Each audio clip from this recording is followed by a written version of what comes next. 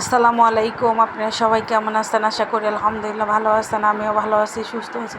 সকাল থেকে ভিডিওটা শুরু করলাম। যদি ভালো লাগে লাইক কমেন্ট শেয়ার করে দিবেন। আশা করি এখানে হলো নুডলস রান্না করতেছিলাম ছেলের জন্য।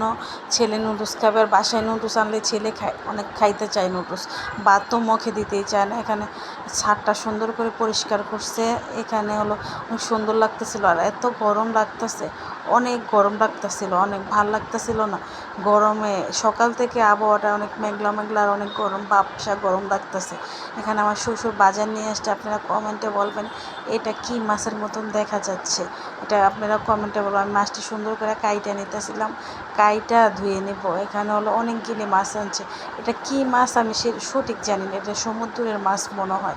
এখানে আমি সুন্দর করে কাটতেছিলাম, কাটার পরে হলো এটি সুন্দর করে ধুয়ে নিতেছিলাম। ধুয়ে আস্তে আস্তে করে পানি পড়তেছিল আর আমি ধুইতেছিলাম। আর এই মাছটি না অনেক নরম টাইপের, পোয়া মাছ যেরকম না এরকম মাছ। আপনারা যদি জানেন, নাম জানেন, কমেন্টে বলবেন এটা কি মাছ, এটা কীভাবে রান্না করে খায়। আমি তো ভাইজা বোনা করব। এখানে হলো মাছ হলুদ মরিচ দিয়ে সুন্দর করে ভাজতে দিয়ে দিছি ভাইজা, তারপরে হলো বোনা করব।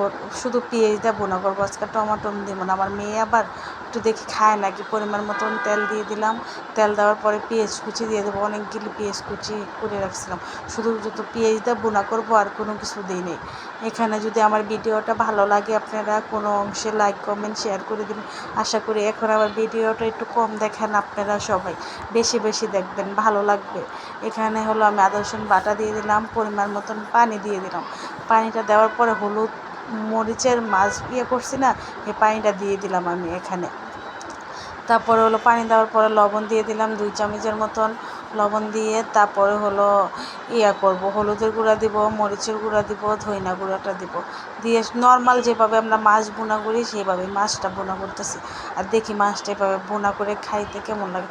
তারপরে তো মোটামুটি ভালোই লাগছে। খাবারের সময় দেখলাম, আমি তো পরে বয়স দিচ্ছি, খাবারের সময় দেখলাম ভালোই লাগছে। এখানে হলো আমি মশলাটা দিয়ে সুন্দর করে 5-6 মিনিট কষাবো।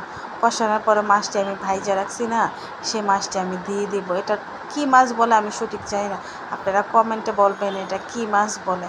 আর হলো এটা মাছটা হলো আমি একটু ভাইজা নিচ্ছিলাম সাথে, আপনারা তো দেখলেন বাছতেছিলাম, কড়া ভাজা হয়ে গেছিলো মাছটা। এখানে আমি সুন্দর করে মাছটা দিয়ে দিতেছিলাম। মাছটা দিয়ে 2 মিনিট একটু লাড়াচাড়া দিব। লাড়াচাড়া দেওয়ার পরে হলো পানি দিয়ে দিব। পানি দিয়ে 2টা কাঁচামরিচ ফেলে দিব, ফেলে দিয়ে ধইনা পাতাটা দিয়ে নামাই ফেলবো। অনেক তো ভালো লাগে আমার কাছে। আপনাদের কাছে কেমন লাগছে, রান্নাটা হয়েছে নাকি এই মাছটা, আপনারা কমেন্টে বলবেন। এখানে হলো মাছটা আমি সুন্দর করে লাইড়া দিতেছিলাম।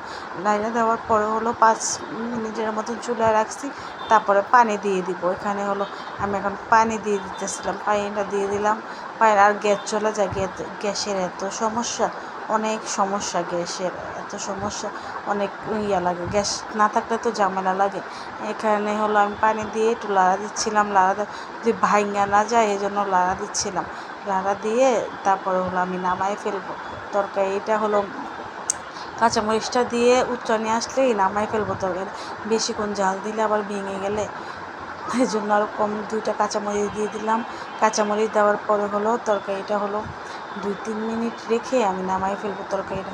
আজকে আর কিছু রান্না করি নাই, মাংস ছিল ফ্রিজে, আর রান্না ছিল ভাজি করব, আর ডাল ছিল। কালকে ডাল রান্না করছিলাম, এই ডালটা ছিল, আর ভাজি করতেছিলাম আমি।